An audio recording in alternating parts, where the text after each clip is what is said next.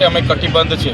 ત્યારે સભા ન થવા દેવાનું માત્ર ને માત્ર કારણ અમને એવું લાગી રહ્યું છે કે આદિવાસી સમાજ હોય, ઓબીસી સમાજ હોય, કોળી સમાજ હોય કે દલિત પીછડા વંચિત સમાજ હોય, એ જ્યારે એસઆઈઆરની વાત કરે, યુસીસીની વાત કરે, યુજીસીની વાત કરે, બંધારણીય અધિકારોની વાત કરે, સામાજિક અધિકારોની વાત કરે અને પોતાના બજેટની વાત કરે, ભાજપના નેતાઓને ગમતું નથી।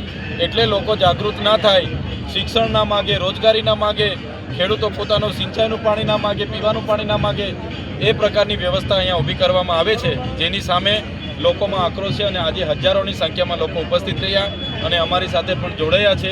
એ બતાવે છે કે આવનારા દિવસોમાં તાલુકા, જિલ્લા પંચાયત, નગરપાલિકા અને આવનારી વિધાનસભામાં દાહોદ જિલ્લામાં આમ આદમી પાર્ટી ધીરે ધીરે હવે મજબૂત થઈને આગળ વધી રહી છે। जो 4 सरपंच थे उनका कहना था शांति भंग।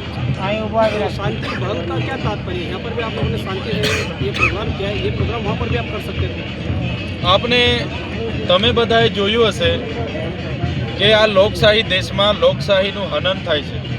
અમારો પણ અધિકાર છે, અમારી રાષ્ટ્રીય પાર્ટી છે, અમે કોઈ પણ કામમાં સભા કરી શકીએ છીએ અને એની સંમતિ સૌપ્રથમ અમે સરપંચને અમારા આગેવાનો જઈને મળ્યા હતા, પણ પાછળથી ભાજપના નેતાઓ એમને કીધું કે તમારે ત્યાં ઇન્ક્વાયરી આવશે, તમારી ગ્રાન્ટ બંધ થઈ જશે અને સરપંચ બિચારા ડરી ગયા।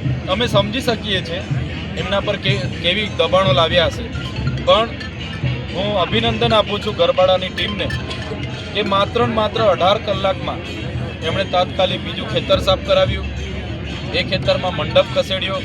હું પ્રશાસનનો પણ આભાર માનું છું, જેમને માત્ર 18 કલાકમાં અમને ફરી પરવાનગી આપી અને અમારો કાર્યક્રમ થયો છે।